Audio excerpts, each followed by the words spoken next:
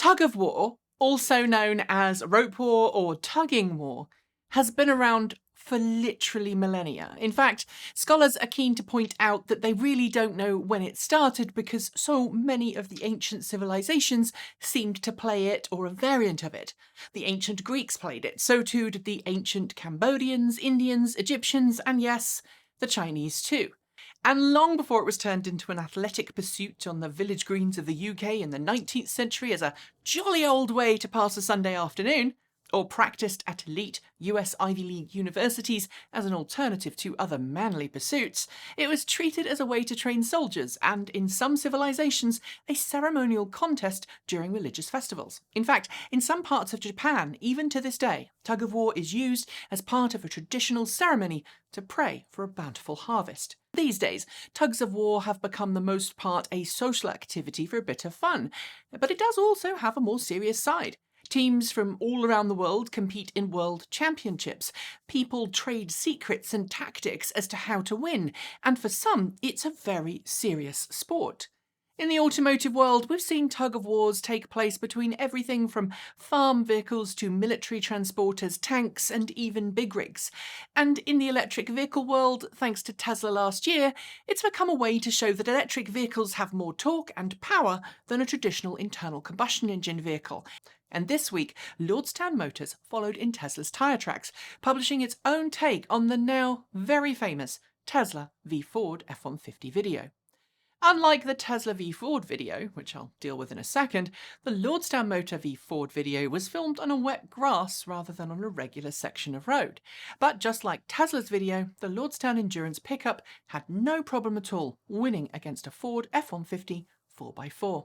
While it's great to see Lordstown publishing videos that are more than the 20-second snippets and thinly veiled political stump speeches we've seen from the company in the past, video that actually shows the Lordstown Endurance doing something, which honestly is one of the biggest criticisms I'd had of Lordstown Motors to this point, I feel it's time to really dig down and point out that Tesla or Lordstown, these tugs of wars are nothing but a piece of marketing.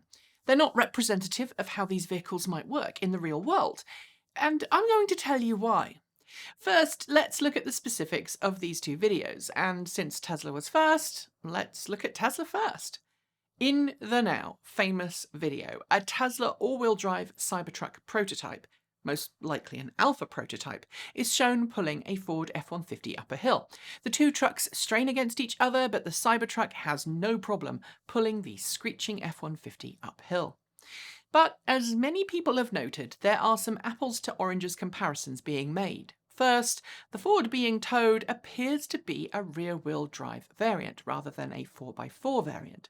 Second, as many people have noted, including physicist Neil deGrasse Tyson, the weights of these two vehicles are very different. The Cybertruck most likely weighs at least 5,000 pounds, or 2,268 kilograms, maybe more in fact, while the F-150 is probably closer to 4 or 4,500 pounds, which is 2,041 kilos for the higher of those two figures. That extra weight translates to extra grip. It makes it easier for the tyres to put power onto the road for the heavier vehicle, and less easy for the lighter vehicle. That simple fact is likely reproduced with the F-150 4x4 versus the Lordstown Endurance. I'm guessing the Endurance isn't lighter than the Ford F-150 4x4, and thus the same apples to oranges comparison applies. And in the tug of war world, there's a very serious focus on the weight of each team being the same. Competitive tug of wars even weigh the teams before each round to make sure they're competing on an even playing field, so to speak. And no, I'm not even going to get into the swapping of ends or anything like that. Simply put, in both of these viral videos, the battery electric trucks have the advantage. The competition is most certainly not fair. And if I were going to go any further, we'd likely need to see the Cybertruck compete against the F-Series Super Duty, and as for the Lordstown, I honestly have no idea. Next, let's look at a few little tells here in each. I've watched both of these videos, and at first glance, while the Ford and the Tesla video seems to strain almost immediately after the rope is pulled tight, it's the Cybertruck that pulls the rope tight, and then almost immediately it starts pulling the F-150. There's no medium ground where the tension is taken up before the contest starts. Look a little closer and the Ford F-150's brake light goes off after the rope has tightened and the Cybertruck has already begun pulling. In other words, its tyres are already breaking traction and the truck has to try and overcome the loss of grip before it can even try to start fighting back. The same is actually true for the Lordstown pull, although this one is frankly a little more blatant. While Lordstown seems to have the sense to not let the F-150 activate its brakes, I think it was in park when the attempt began, but honestly it's hard to tell because of the angles used in the video. You can hear what sounds like the transmission being thrown into gear a little after the Lordstown pickup actually starts to pull. And as I've already said, on wet grass, it hardly makes for an even playing field if the truck being pulled hasn't had a chance to take up the slack fairly. My point? Well, both of these two examples of tugging are quite easy to dismiss, and as videos posted online by other YouTubers show, when you, for example, put a Tesla Model X up against a variety of different vehicles, including pickups, the results aren't always clear-cut. Sometimes the Tesla wins, sometimes it loses. I get the fact that tug of war is traditionally seen as a show of strength, and towing a screaming gasoline or diesel vehicle behind an electric one is a great way to show that yes, electric trucks have better torque from standstill, and all of that power is available the moment the motor starts turning. But in situations where the engine of the internal combustion engine vehicle has had time to spool up to the power brand where they actually produce power, well, that tug of war is often less clear-cut. And in making these viral posts, both Tesla and Lordstown Motors are either assuming that those watching are stupid or aren't going to sit down and really think about what they've just seen. The same critiques can be made against Ford, to be honest, with its similarly infamous towing a train full of F-150s with an electric F-150 prototype stunt.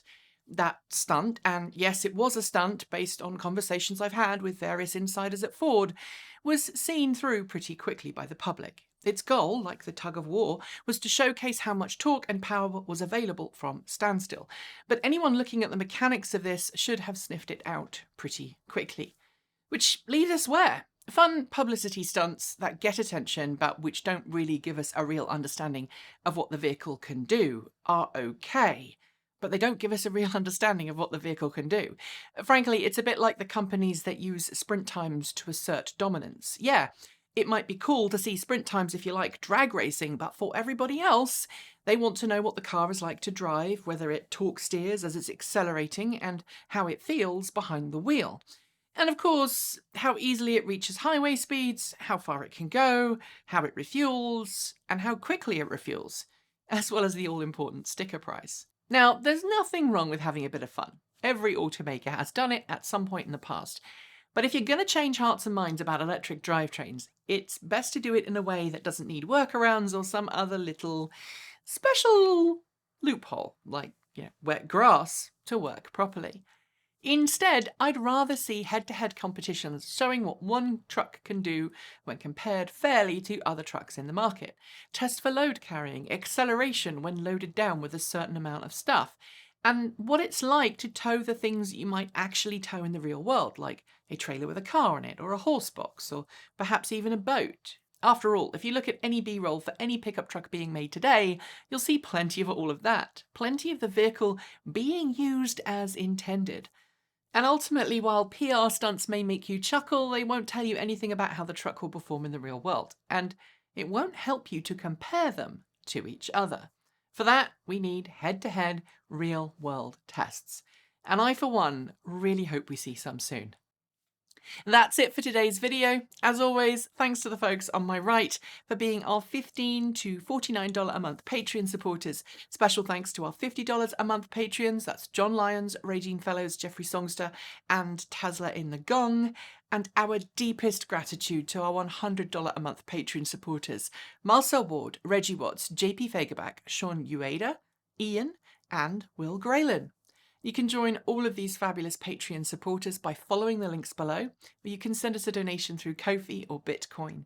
You will also find a link to our free Discord server, so come on in and join in the fun. And if you're in need of some swag, do check out our merch over at Redbubble. As I have been saying recently, the holiday season is nearly upon us, and so it's a great time to get some TE swag for your loved ones. or while supporting the channel. After the names are finished scrolling, you'll see a new video suggestion from this channel to watch, so please consider watching it if you haven't, and I'll be back very soon. Thanks for joining me, and as always, keep evolving!